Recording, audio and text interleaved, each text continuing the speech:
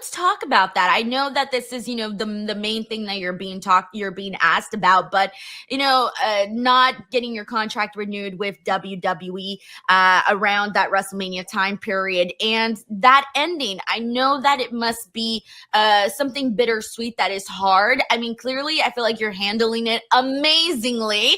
But at the end of the day, it is a chapter of your life that you had gotten used to for so many years, and that comes to a close. How did you feel when you found out or that they told you that they weren't going to be renewing your contract? Yeah, I felt so many things. Like, well, for one, just grateful, like I've been saying, and then also like hopeful for the future because I'm like, okay, now I get to like go out and kick ass and do me again. Like I'm not gonna be sitting at home. I get to go balls to the walls as often and as much as I want. So yeah, I was just excited to get out there again, but then also, sad that that chapter of my career is over just because like, I loved being in that locker room and there's just something like so powerful to be able to call yourself a WWE superstar. So to not be able to say that anymore, it hurts a little bit, but I just try to remind myself that, I did do it and, now I'm just going to kick ass and do me. Did you see it coming at all? Like, did you have any expectation that it might be coming? Any red flags?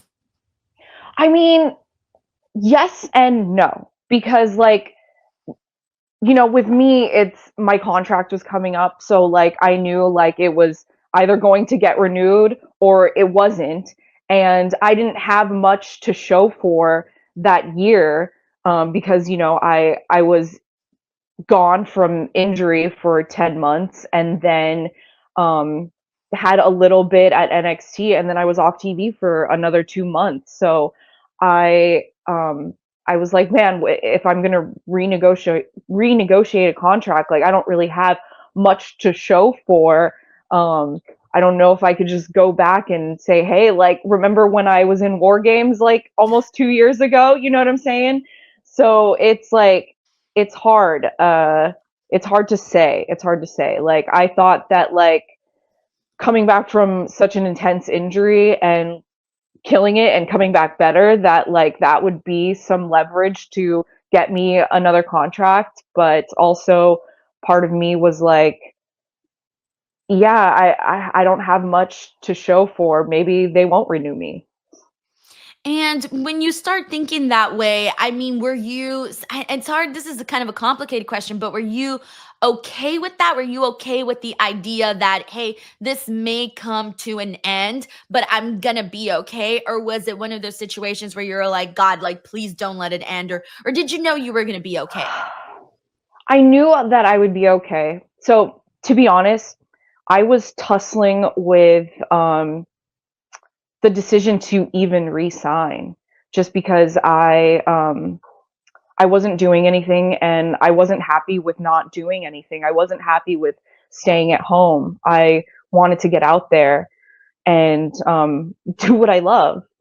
And like I had multiple conversations with really good friends and my husband, and I was like, well, what if they offer me something and I just don't accept it? What if I tell them, like, I had this whole speech planned of like going to Hunter and saying, like, hey, Hunter, I love working for WWE so much, but I don't know that I'm going to get the opportunity to prove that I can be a main player here. Maybe like you let me go when my contract ends, and then if I absolutely kill it, you offer me that same contract that you're offering me right now in 6 months. But obviously that never came because we never went into negotiations. They just told me that they weren't renewing my contract. But honestly, all of that was going through my head, and I was like, I don't think that I'm gonna have the balls to say that just because like I didn't know that I didn't know that